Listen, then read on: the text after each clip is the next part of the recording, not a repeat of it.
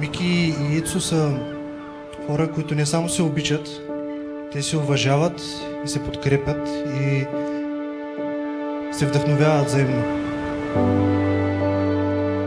Честно казано, те са едни от най-грижовните хора, които познавам.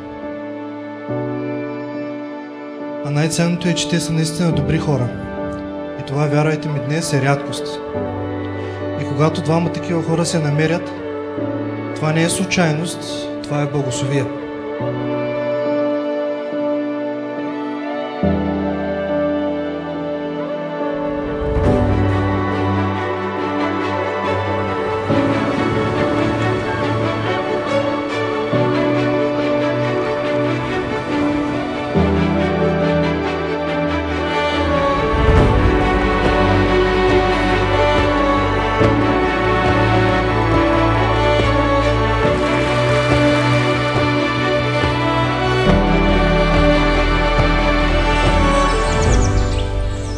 Днес я виждам по-щастлива и красива от всякога, а тебе, Ице, виждам като причината за това щастие. Като човек, който я обича, така както тя заслужава.